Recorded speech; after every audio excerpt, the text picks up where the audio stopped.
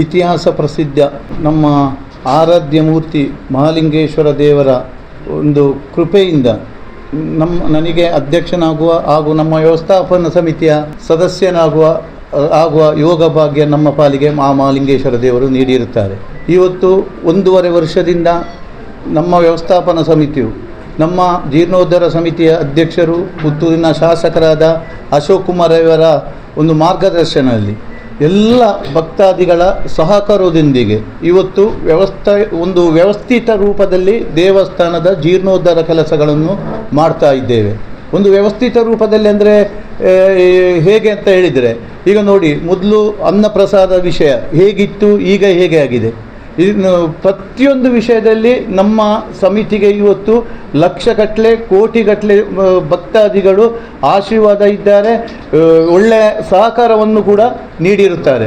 ಅನ್ನಪ್ರಸಾದ ವಿಷಯದಲ್ಲಿ ಇನ್ನು ನೋಡಿ, ಇವತ್ತು ವಾರದಲ್ಲಿ ದಿವಸಕ್ಕೆ 3,000-4,000 ಜನ ಅನ್ನಪ್ರಸಾದ ಸ್ವೀಕರಿಸುವಂಥ ಕೆಲಸವನ್ನು ಮಾಡಿದ್ದೇವೆ. ಅದರಲ್ಲಿಯೂ 2,500 ಶಾಲೆ ಮಕ್ಕಳೇ ಬರ್ತಾರೆ. ಅದಕ್ಕೆ ಮೊದಲು ನಾವು ಕಟ್ಟಿಗೆ ಒಲೆ ಇತ್ತು, ಅದನ್ನು ತೆರವುಗೊಳಿಸಿ ನಂತರ ನಾವು ಸ್ಟೀಮಿನ ವ್ಯವಸ್ಥೆಯನ್ನು ಕೆನರಾ ಬ್ಯಾಂಕಿನವರ ವ್ಯವಸ್ಥೆಯಿಂದ ಅವರ ಸಹಕಾರದಿಂದ ಮಾಡಿದ್ದೇವೆ. ಹಾಗೆ ಗ್ಯಾಸಿಗೆ ರೇಟು ಜಾಸ್ತಿ ಆಯಿತು, ನಂತರ ಕಟ್ಟಿಗೆ ಒಲೆಯ ವ್ಯವಸ್ಥೆಯನ್ನು ಮಾಡಿದೆವು. ಪ್ರತಿಯೊಂದು ವ್ಯವಸ್ಥೆಯನ್ನು ಕೂಡ ಅನ್ನಪ್ರಸಾದ ವ್ಯವಸ್ಥೆ ಅಚ್ಚುಕಟ್ಟು ರೂಪದಲ್ಲಿ ನೀಡುವಂಥ ವ್ಯವಸ್ಥೆಯನ್ನು ನಮ್ಮ ಸಮಿತಿ ಮಾಡಿದೆ. ಅದಲ್ಲದೆ ದೇವಸ್ಥಾನದ ಎಲ್ಲ ಜೀರ್ಣೋದ್ಧಾರ ಕೆಲಸಗಳು ನಾವು ಕೇಳಿದ್ದನ್ನು ಭಕ್ತರು ಇಲ್ಲ ಅಂತ ಹೇಳುವುದಿಲ್ಲ. ಎಷ್ಟು ಲಕ್ಷಗಟ್ಟಲೆ ಕೋಟಿಗಟ್ಟಲೆ ಭಕ್ತರು ಸಹಕರಿಸಿದ ಅಂತ ಹೇಳಿದರೆ, ಮಹಾಲಿಂಗೇಶ್ವರ ದೇವಸ್ಥಾನ ಇತಿಹಾಸದಲ್ಲಿ 40 ಲಕ್ಷಕ್ಕಿಂತ ಹೆಚ್ಚು ರೂಪಾಯಿಯ ಅಕ್ಕಿಯನ್ನು ಭಕ್ತರು ನೀಡಿರುವುದು ಇದು ನಮ್ಮ ಸಮಿತಿ ಬಂದ ನಂತರ. ಅದಲ್ಲದೆ ಎಷ್ಟೋ ಜನ ತುಪ್ಪದ ಸೇವೆಯಾಗಿರ್ಬೋದು, ಎಳ್ಳೆಣ್ಣೆ ಅಭಿಷೇಕ ಇರಬಹುದು, ಇದನ್ನೆಲ್ಲ ಕಾರ್ಯಗತಗೊಳಿಸಿದ್ದು ನಮ್ಮ ವ್ಯವಸ್ಥಾಪನಾ ಸಮಿತಿ ಬಂದ ನಂತರ. ಇದನ್ನೆಲ್ಲ ಈಗ ಎಷ್ಟೋ ಭಕ್ತರ ಸಂಖ್ಯೆ ದೇವಸ್ಥಾನಕ್ಕೆ ಬರುವುದರಿಂದ ಜಾಸ್ತಿ ಆಗಿದೆ. ಎಷ್ಟೋ ಭಕ್ತರ ಇಷ್ಟಾರ್ಥ ಇವತ್ತು ನೆರವೇರಿದೆ ಅಂತೇಳಿ ನಿಮಗೆ ಈ ಮೊದಲು ಗೊತ್ತಿರಬಹುದು. ಅದಲ್ಲದೆ ನಮ್ಮ ಶಾಸಕರಾದ ಅಶೋಕ್ ಕುಮಾರ್ ಅವರ ಒಂದು ಮಾರ್ಗದರ್ಶನದಲ್ಲಿ ನಮ್ಮ ದೇವಸ್ಥಾನದ ಈಗ ಸ್ವರ್ಣ ಕವಚ ಮಹಾಲಿಂಗೇಶ್ವರನಿಗೆ ಒಂದು ಸ್ವರ್ಣ ಕವಚ ನಾವು ಅರ್ಪಿಸುವುದಂತೇಳಿ ವ್ಯವಸ್ಥಾಪನಾ ಸಮಿತಿ ತೀರ್ಮಾನ ಮಾಡಿದ್ದೇವೆ. ಅದಕ್ಕೆ ಎಷ್ಟೋ ಭಕ್ತರು 300 ಗ್ರಾಮಕ್ಕಿಂತಲೂ ಹೆಚ್ಚು ಭಕ್ತರು. ಈಗ ಕೆಲವು ಜನ ನನಗೆ 1 ಗ್ರಾಮವನ್ನು ಕೊಡಲಿಕ್ಕೆ ಕೂಡುವುದಿಲ್ಲ, 1 ಗ್ರಾಮ ಕೊಡಲಿಕ್ಕೆ ಕೂಡುವುದಿಲ್ಲ, 5,000 2,000 ರೂಪಾಯಿಯನ್ನು ಕೊಟ್ಟು ಇವತ್ತು 300 ಗ್ರಾಮಿಗಿಂತಲೂ ಗ್ರಾಮ ಚಿನ್ನ ಇವತ್ತು ದೇವಸ್ಥಾನಕ್ಕೆ ಭಕ್ತರಿಂದ ಬಂದಿದೆ.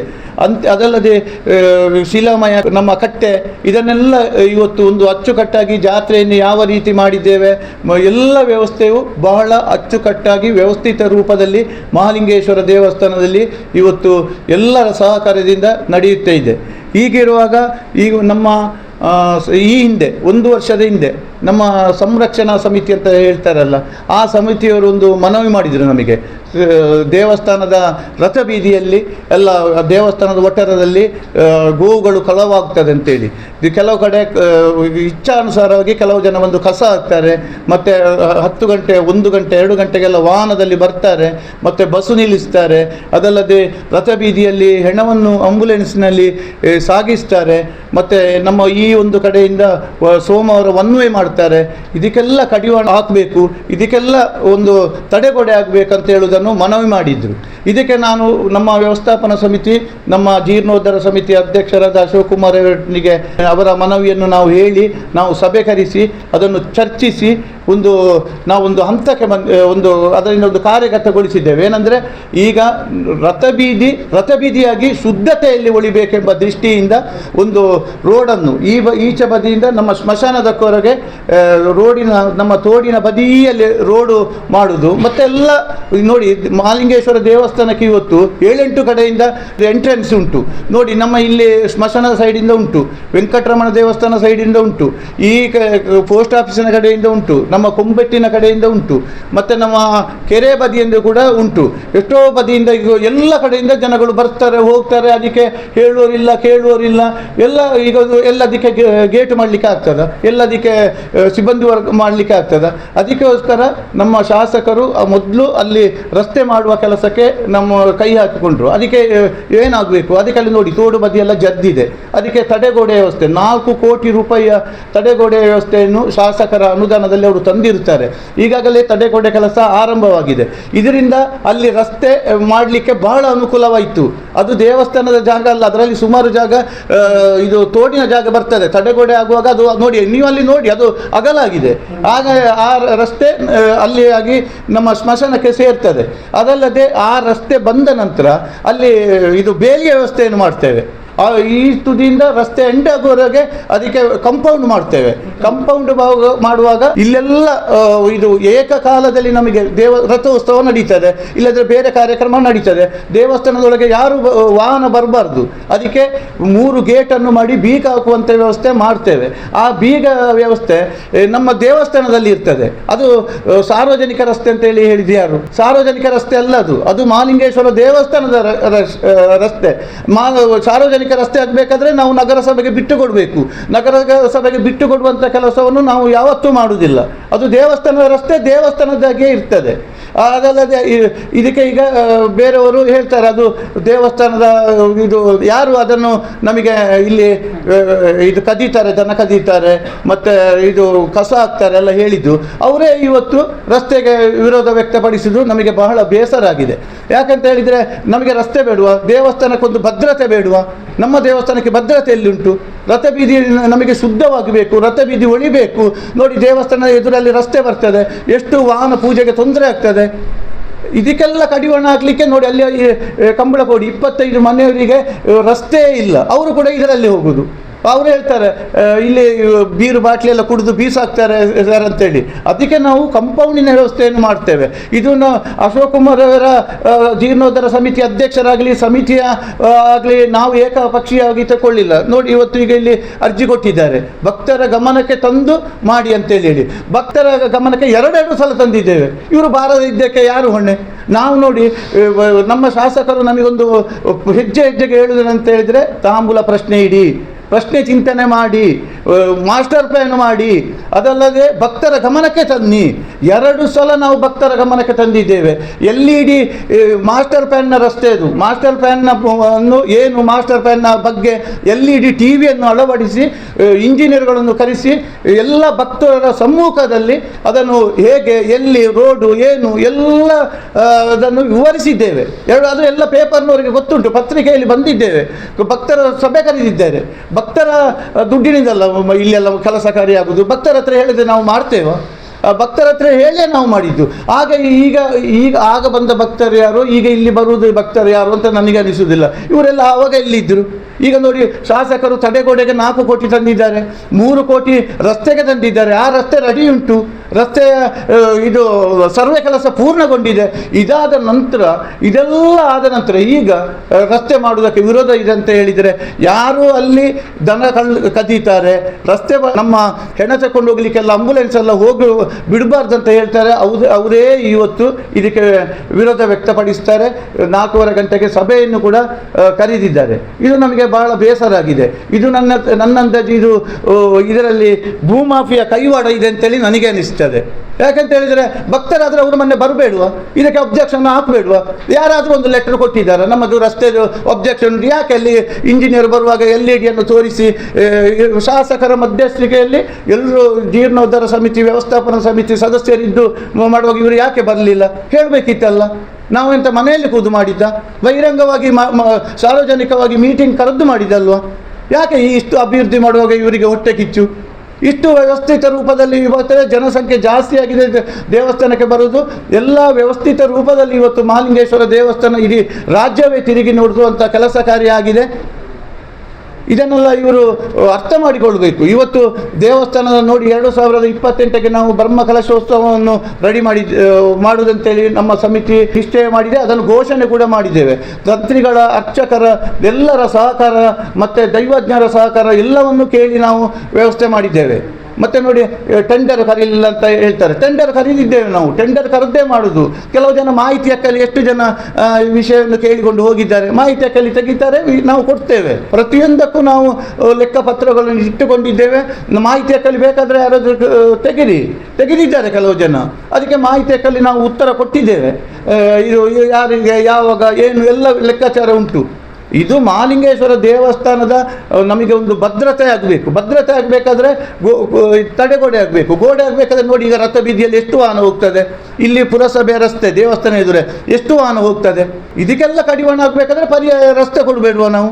ಅದು 3 ಎಕರೆ ಜಾಗ ಹೋಗ್ತದೆ ಅಂತ ಹೇಳಿದ್ದು. ಯಾರು 3 ಎಕರೆ ಜಾಗ ಹೋಗುದು? ಇವರು ಅಳತೆ ಮಾಡಿದ್ದಾರಾ? ಸರ್ವೆ ಮಾಡಿದ್ರು ವ್ಯವಸ್ಥಾಪನಾ ಸಮಿತಿ, ಇವರು ಅಳತೆ ಮಾಡಿದ್ದಾರಾ? ಕೆಲವು ಇದು ನಮ್ಮ ತೋಡಿಂದ ಆ ಕಡೆ ಕೊಡಿ, ಅಲ್ಲಿ ಪರಂಬುಕ್ಕುಂಟು, ಅದೆಲ್ಲ ಒಂದು ಮಾತ. ತಡೆಗೋಡೆ ಆದ್ದರಿಂದ ಶಾಸಕರ ಅಶೋಕ್ ಕುಮಾರ್ ಅವರು 4 ಕೋಟಿ ತಂದ್ರಿಂದ ಅಲ್ಲಿ ತಡೆಗೋಡೆ ಆದ್ದರಿಂದ ರಸ್ತೆಗೆ ಅಗಲೀಕರಣಕ್ಕೆ ಜಾಗ ಬೇಕಷ್ಟು ಸಿಕ್ಕಿತ್ತು. ಅದು ದೇವಸ್ಥಾನ ಜಾಗ ಮಾತ್ರ ಅಲ್ಲ, ಕೆಲವು ಜನ ಅಲ್ಲಿ ಪರ್ಚೇಸ್ ಮಾಡಿದ್ದೇವೆ. ಅಲ್ಲಿ ನೋಡಿ, ಆ ಮೂಲೆಯಲ್ಲಿ ನೀರು ಸಮಲ್ತದೆ, ಎಲ್ಲ ಮನೆಗಳು ಮುಳುಗುತ್ತವೆ. ಅದಕ್ಕೆ ತಡೆಗೋಡೆ ಮಾಡಿದ್ದು ತಪ್ಪ. ಇದೆಲ್ಲ ಈ ಜೀರ್ಣೋದ್ಧಾರ ಕೆಲಸ ಆಗುವಾಗ ಯಾಕೆ ಈಗ ಉಪದ್ರ ಕೊಡುವುದು? ಇದೆಲ್ಲ ಒಳ್ಳೆಯದಲ್ಲ. ಇದನ್ನೆಲ್ಲ ನಾವು ಒಂದು ವ್ಯವಸ್ಥಿತ ರೂಪದಲ್ಲಿ ಕೆಲಸ ಕಾರ್ಯವನ್ನು ಇವತ್ತು ನಮ್ಮ ಸಮಿತಿಯು ಮಾಡ್ತಿದೆ. ಎಲ್ಲ ಭಕ್ತಾದಿಗಳ ಎಲ್ಲರೂ ಸಹಕರಿಸಿದ್ದಾರೆ, ಇನ್ನೂ ಕೂಡ ಸಹಕರಿಸಬೇಕು. ಲಕ್ಷಾಂತರ ಮಂದಿ ಇವತ್ತು ಮಹಾಲಿಂಗೇಶ್ವರ ದೇವರ ಭಕ್ತರಿದ್ದಾರೆ. ಹಾಗೆ ನಾವು ಈ ಹಂತ ಹಂತವಾಗಿ ಜೀರ್ಣೋದ್ಧಾರ ಕೆಲಸಗಳನ್ನು ಮಾಡ್ತಾ ಇದ್ದೇವೆ. ಎಲ್ಲ ಭಕ್ತಾದಿಗಳು ಸಹಕರಿಸಬೇಕು. ಈಗ 3-4 ಮಂದಿ ಬಂದು ಏನೆಲ್ಲ ವಾಟ್ಸಪ್ ಅಲ್ಲಿ ಇದಲ್ಲೇ ಹಾಕ್ತಾರೆ, ಅದಕ್ಕೆಲ್ಲ ನೀವು ಕಿವಿ ಕೊಡಬೇಡಿ.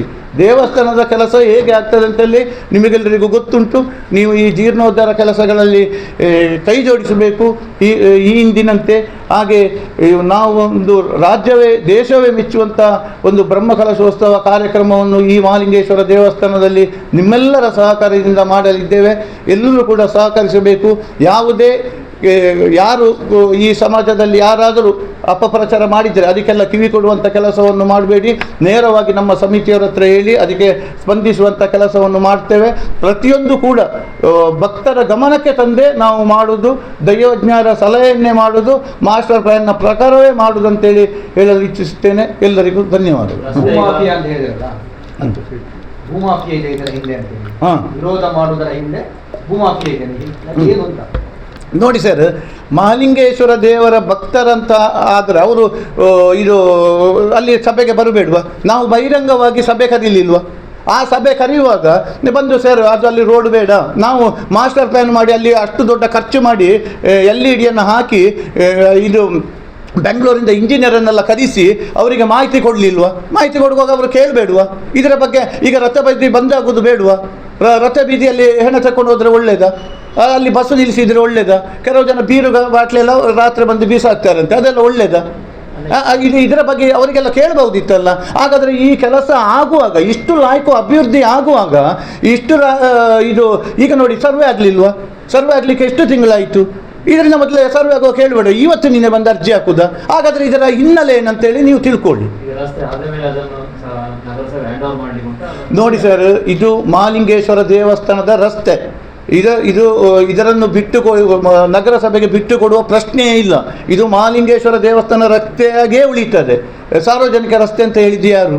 ಅವರೇ ಹೇಳುದು. ನಾವು ಸಾರ್ವಜನಿಕ ರಸ್ತೆ ಅಂತ ಹೇಳಿ ಬರೆದು ಕೊಟ್ಟಿದ್ದೇವೆ. ದಾಖಲೆ ಕೊಡಿ ನೀವು. ಸುಮ್ಮನೆ ಅಲ್ಲಿ ಮೋರಿಯಲ್ಲಿ ಕೂತು ಸಾರ್ವಜನಿಕ ರಸ್ತೆ 3 ಎಕರೆ ಹೋಗ್ತದೆ, ತೋಡಿನ ಆ ಬದಿಯಲ್ಲಿ ಮಾಡಿ, ಅದೆಲ್ಲ ಹಿತಲ್ಲ ಸರ್. ಇಲ್ಲಿ ಬಂದು ಅದಕ್ಕೆ ದಾಖಲೆ ಕೊಡಿ. ನಾವು ಅದು ಸಾರ್ವಜನಿಕರಿಗೆ ಇದು ನಗರಸಭೆಗೆ ಬಿಟ್ಟು ಕೊಡುವ ಪ್ರಶ್ನೆ ಇಲ್ಲ. ಅದರ 3 ಗೇಟ್ ಮಾಡ್ತೇವೆ. ನಮಗೆ ಇಲ್ಲಿ ರಥೋತ್ಸವ ದಿವಸ ಎಲ್ಲ ವಾಹನ ಒಳಗೆ ಬಾರದಾಗೆ ಬಂದೋಬಸ್ತು ಬೇಕಾದರೆ ಬೀಗ ಹಾಕಿ, ಬೀಗ ದೇವಸ್ಥಾನದಲ್ಲಿ ಇರ್ತದೆ. ಸರ್ವೆ ಕೆಲಸ ಪೂರ್ಣಗೊಂಡಿದೆ. ಸಾಧಾರಣ 10 ಮೀಟರ್ ಅಗಲಕ್ಕೆ ಈ ತಲೆಯಿಂದ ಆ ತಲೆಗೆ ಹೋಗ್ತದೆ.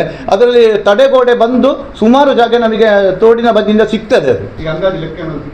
ಅದು ಅಂದಾಜು ಈಗ ನಿನ್ನೆ ಮೊನ್ನೆ ಸರ್ವೆ ಆದ್ದು ಹೆಚ್ಚು ಹೋಗುದಿಲ್ಲ. ನೋಡಿ ಸರ್, ಮತ್ತೆ ನಾನು ಹೇಳ್ತೇನೆ, ಇವರು ಈಗ ಜಾಗ ಹೋಗ್ತದೆ ಅಂತ ಹೇಳಿ ಹೇಳ್ತಾರಲ್ಲ, 11 ಎಕರೆ ಜಾಗೆ ಅಶೋಕ್ ಕುಮಾರ್ ಅವರ ಮಾರ್ಗದರ್ಶನದಲ್ಲಿ ಇವತ್ತು ದೇವಸ್ಥಾನದ ಜಾಗೆ ವಶಪಡಿಸಿದ್ದೇವೆ.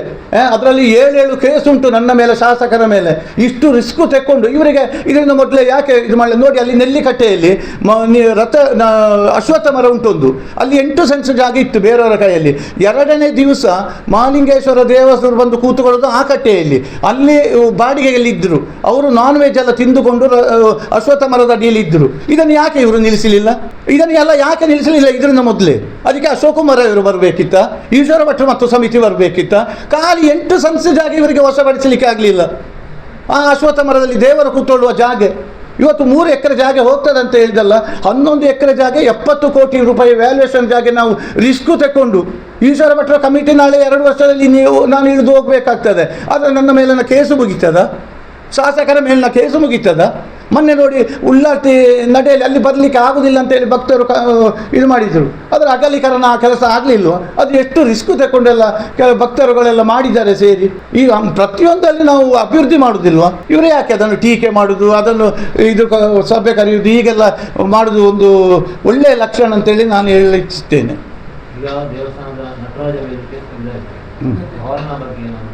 ನೋಡಿ ಸರ್, ಈಗ ನಟರಾಜ ವೇದಿಕೆಯನ್ನು ಅಲ್ಲಿ ಬದಿಯಲ್ಲಿ ರೋಡ್ ಬರುವಂಥ ಕೆಲಸ ಆಗಿದೆ.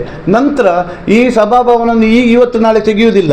ಸಭಾಭವನ ಆಗಬೇಕಾದ್ರೆ ಸಭಾಭವನ ಅಲ್ಲಿ ಈಗ ಆಟಿ ಕಳೆದಾಗಿ 15 ತಾರೀಕಿನ ನಂತರ ಶಿಲಾನ್ಯಾಸ ಆ ಕಾರ್ಯಕ್ರಮ ಆಗ್ತದೆ. ಅದರಲ್ಲಿ ಈಗ ಟೆಂಡರ್ ಕರೆಯುವಂಥ ಕೆಲಸ ಶೀಘ್ರದಲ್ಲೇ ಆಗ್ತದೆ. ನಂತರ ನಾವು 15 ಕೋಟಿ ರೂಪಾಯಿ ವೆಚ್ಚದಲ್ಲಿ ಸಭಾಭವನವನ್ನು ಮಾಡ್ತೇವೆ. ನಂತರ ಅದನ್ನು ತೆಗೆಸುವಂಥ ಕೆಲಸವನ್ನು ಮಾಡ್ತೇವೆ. ಅಲ್ಲಿ ಮೊನ್ನೆ ದೈವಜ್ಞರು ಇದು ಅಲ್ಲಿ ಭತ್ತ ಬೆಳೆಸಬೇಕಂತ ಹೇಳಿದರು. ಅಲ್ಲಿ ಅದು ತೋಡಿನ ಬದಿಯಲ್ಲಿ ಅಲ್ಲಿ ರೋಡ್ ಬರುವುದು, ಆ ಜಾಗೆಯಲ್ಲಿ ಭತ್ತ ಮಾಡಿಯೇ ಮಾಡ್ತೇವೆ. ಮಹಾಲಿಂಗೇಶ್ವರ ದೇವಸ್ಥಾನದ ಆ ಬಿಲ್ಡಿಂಗನ್ನು ತೆರವುಗೊಳಿಸಿ ಅಲ್ಲಿ ಭತ್ತ ದೈವಜ್ಞರು ತಿಳಿಸಿಯಂತೆ ಭತ್ತವನ್ನು ಮಾಡುವ ಕೆಲಸ ಮಾಡ್ತೇವೆ. ಅದನ್ನೇ ದೇವರಿಗೆ ಸಮರ್ಪಿಸುವಂಥ ಕೆಲಸ ಮುಂದಿನ ದಿವಸಗಳಲ್ಲಿ ಮಾಡಿಯೇ ಮಾಡ್ತೇವೆ. ಅದಕ್ಕೆಲ್ಲ ಟೀಕೆ ಮಾಡಬಾರ್ದು. ಭತ್ತ ಮಾಡಲಿಕ್ಕೆ ಜಾಗ ಎಲ್ಲುಂಟು ಅದು ಉಂಟಲ್ಲ, ಮತ್ತೆ ನೋಡಿ ಮಾಡ್ತೇವೆ, ನಾವು ಮಾಡಿ ತೋರಿಸ್ತೇವೆ. ನಮಗೊಂದು ಅವಕಾಶ ಕೊಡಿ, ಸ್ವಲ್ಪ ತಾಳ್ಮೆ ತಗೊಳ್ಳಿ, ಟೀಕೆ ಮಾಡೋದೆಲ್ಲ ನಿಲ್ಲಿಸಿ. ನಟರಾಜ ವೇದಿಕೆ ಅದನ್ನು ತೆರವು ಮಾಡುವಾಗ ನೀವು ಪ್ರೊಸೀಜರ್ ಫಾಲೋ ಮಾಡಿಲ್ಲ ಅಂತ ಹೇಳಿ ಆರೋಪ. ನೋಡಿ, ಪ್ರತಿಯೊಂದು ವಿಷಯದಲ್ಲಿ ನಾವು ಟೆಂಡರ್ ಕರೆದಿದ್ದೇವೆ. ಅದಕ್ಕೆ ಮಾಹಿತಿಯ ಕಲಿ ತೆಗೀರಿ, ಅದಕ್ಕೆ ಮತ್ತೆ ಮಾತಾಡಲಿ. ಮೊದಲು ಮಾಹಿತಿಯ ಕಲಿ ತೆಗೀಲಿ. ಕೆಲವು ಜನ ತೆಗೆದು ಹೋಗಿದ್ದಾರೆ, ಎಷ್ಟೋ ಜನ ತೆಕ್ಕೊಂಡು ಹೋಗಿದ್ದಾರೆ, ಕೊಟ್ಟಿದ್ದೇವೆ ನಾವು. ಸುದ್ದಿ ಚಾನಲ್, ಕ್ಷಣ ಕ್ಷಣದ ಸುದ್ದಿಗಾಗಿ. 60 ವರ್ಷಗಳಿಂದ ಶಿಕ್ಷಣ ಕ್ಷೇತ್ರದಲ್ಲಿ ಅಪೂರ್ವ ಸಾಧನೆ ಮೆರೆಯುತ್ತಾ ಸದೃಢ ವಿದ್ಯಾರ್ಥಿ ಶಕ್ತಿಗಳಿಂದ ಸಮಾಜಕ್ಕೆ ನೀಡುತ್ತಿರುವ ಪುತ್ತೂರಿನ ಏಕೈಕ ವಿದ್ಯಾಸಂಸ್ಥೆ ವಿವೇಕಾನಂದ ಪದವಿ ಪೂರ್ವ ಕಾಲೇಜು. 98% ಅಧಿಕ ಅಂಕಗಳನ್ನು ಪಡೆದಿರುವ ವಿದ್ಯಾರ್ಥಿಗಳಿಗೆ ಉಚಿತ ಶಿಕ್ಷಣ, ರಾಷ್ಟ್ರ ಅಂತಾರಾಷ್ಟ್ರೀಯ ಮಟ್ಟದ ಸಾಧಕ ವಿದ್ಯಾರ್ಥಿಗಳಿಗೆ ಶುಲ್ಕದಲ್ಲಿ ರಿಯಾಯಿತಿ, ಅನುಭವಿ ಅಧ್ಯಾಪಕ ವೃಂದ, ವಿಶಾಲವಾದ ಪ್ರಯೋಗಾಲಯ, ಗ್ರಂಥಾಲಯ, ನೀಟ್, ಜೆಇಇ, ಸಿಇಟಿ ಹಾಗೂ ಸಿಎ ಫೌಂಡೇಶನ್ ಕೋರ್ಸ್ಗಳಿಗೆ ತರಬೇತಿ, ಐಎಎಸ್, ಐಪಿಎಸ್ ನಂತಹ ಸ್ಪರ್ಧಾತ್ಮಕ ಪರೀಕ್ಷೆಗಳಿಗೆ ತರಬೇತಿ, ವಾಣಿಜ್ಯ ವಿಭಾಗದ ವಿದ್ಯಾರ್ಥಿಗಳಿಗಾಗಿ ಸಿಎಸ್ಇಇಟಿ ಹಾಗೂ ಸರ್ಟಿಫಿಕೇಟ್ ಕೋರ್ಸ್ಗಳಿಗೆ ತರಬೇತಿ, ವಿಕಸನ ಟಿವಿ ಹಾಗೂ radio Panchajanya 90.8 FM, college bus ವ್ಯವಸ್ಥೆ, ಕ್ರೀಡೆಗೆ ಒತ್ತು ಕೊಟ್ಟು ವಿಶಾಲವಾದ ಕ್ರೀಡಾಂಗಣ, ವಿದ್ಯಾರ್ಥಿನಿಯರಿಗಾಗಿ ಕಾಲೇಜ್ ಕ್ಯಾಂಪಸ್ನಲ್ಲೇ ಪ್ರತ್ಯೇಕ ವಸತಿ ನಿಲಯಗಳು, ಅರ್ಹ ಬಡ ಪ್ರತಿಭಾವಂತ ವಿದ್ಯಾರ್ಥಿಗಳಿಗಾಗಿ ಹಲವು ವಿದ್ಯಾರ್ಥಿ ವೇತನಗಳು, ರಾಷ್ಟ್ರ ಅಂತಾರಾಷ್ಟ್ರೀಯ ಮಟ್ಟದಲ್ಲಿ ವಿದ್ಯಾರ್ಥಿಗಳ ಸತತ ಸಾಧನೆ. ನಮ್ಮಲ್ಲಿ ಲಭ್ಯವಿರುವ ಕೋರ್ಸ್ಗಳು: ವಿಜ್ಞಾನ ವಿಭಾಗ, ಪಿಸಿಎಂಬಿ, ಪಿಸಿಎಂಸಿ, ಪಿಸಿಎಂಎಸ್, ಪಿಸಿಎಂಎ, ವಾಣಿಜ್ಯ ವಿಭಾಗ, ಎಸ್ಸಿಬಿಎ, ಎಸ್ಸಿಬಿಎ, ಇಸಿಬಿಎ, ಕಲಾ ವಿಭಾಗ, ಎಚ್ಇಪಿಎಸ್. ವಿವೇಕಾನಂದ ಪದವಿ ಪೂರ್ವ college, Nehru Nagar, Puttur. 8073700468, 8105072386. Website www.vivekanandapuc.com.